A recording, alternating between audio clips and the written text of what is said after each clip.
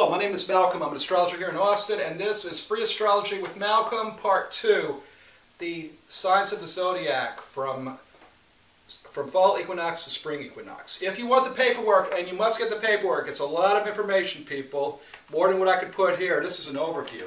If you want the information, you go to ashstarcommand.net, look for spiritual blogs as the toolbar. You want to click that, and then next to the magnifying glass, you want to type in astrology. And then look for My Ugly Mug near the bottom. There's a part of me near the top. That's for videos 1 and 2. Great information if you haven't seen it, and good, even better if you can get the information and watch my videos, which are on YouTube. So anyway, that's where you go for that. So let's talk about the remaining 6 signs of the Zodiac. Okay, Libra. Libra's cardinal air. There's a need for companionship in some way with this sign. And Libra strives for harmony within these areas of companionship, whether they be professional or intimate or otherwise, or just friendship. And cooperation is viewed real important with a Libra, but if they have to make a choice between making a complaint or pointing out criticism as opposed to maintaining cooperation, they usually have to think a long time before they decide to either issue a complaint or go along with the system or whatever organization it is they're working with to keep the harmony and cooperation going. Upsetting the apple cart is the biggest issue with someone with a Libra, and so they don't do it unless they really have to. But it doesn't mean that a Libra is a robot. They do like to retain their own individuality. And another sign of Libra is that they have a highly competitive nature, because this is the most dominant sign in military service. And some people with this sign just straight up like one-on-one challenges. And usually they're fashionable. I notice Libras love to wear a lot of hats, and they usually dress in a way, or some kind of headpiece. And Libras like to dress in a way that's very fashionable and kind of different from everyone else.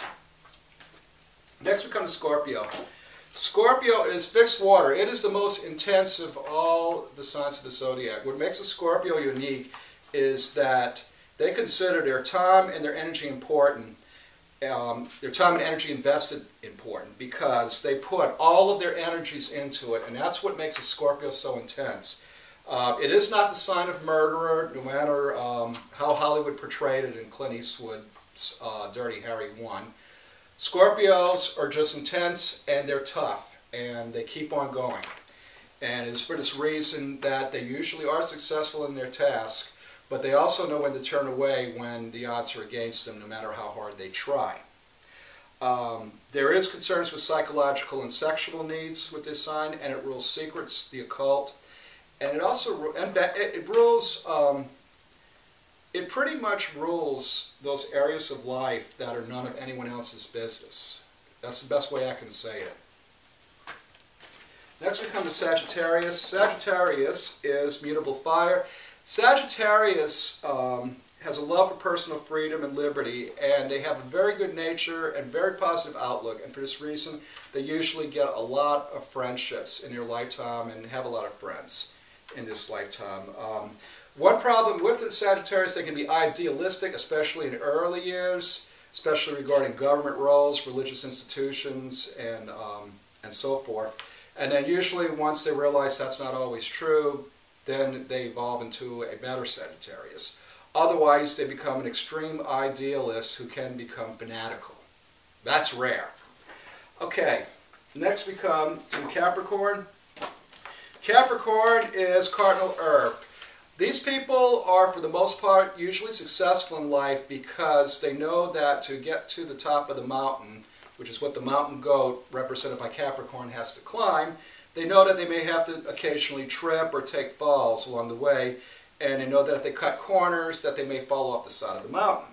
So Capricorns carefully plan, carefully execute actions that does make them successful in life, and they usually become the best teachers of their experiences once they do reach the top. Otherwise, they're constantly trying to get to the top via cutting corners, and they wonder why they're always falling down. Aquarius. Aquarius operates as an equal among other people. and they usually like to prefer it that way. Not many people get into the intellectual circle of an Aquarius because they usually have viewpoints that are different from everyone else, and ideas about society that are different than everyone else. And it's for this reason that they usually have small intellectual circles of friends. And if a friend leaves them or whatever because they may be, say, too weird or too different or whatever, it has a real hard effect on the Aquarius. As a result, an Aquarius is very careful about who they choose their friends and so forth.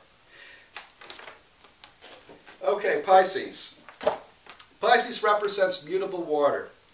Pisces are known to be responsive to the environment and subtle to the emotions and sensitive feelings of those around them and those in a group that they work with. They're known to rather take injury than fight when it comes to a conflict, unless it involves their cherished beliefs or their financial status. Then you might see a Pisces really, really fight and fight hard. They need to do the right thing, but sometimes a Pisces gets caught up in their own ideas and beliefs that are different from everyone else, and it makes them feel isolated, a lone soul fighting against the world. And this can lead to depression, alcoholism, and drug addiction. I notice a high rate of alcoholism among Pisces, as well as with Aquarius, and as well with Geminis and Virgos. I think that's it for now. Now I'm going to go try to the big project. We're going to analyze the chart of Jimi Hendrix.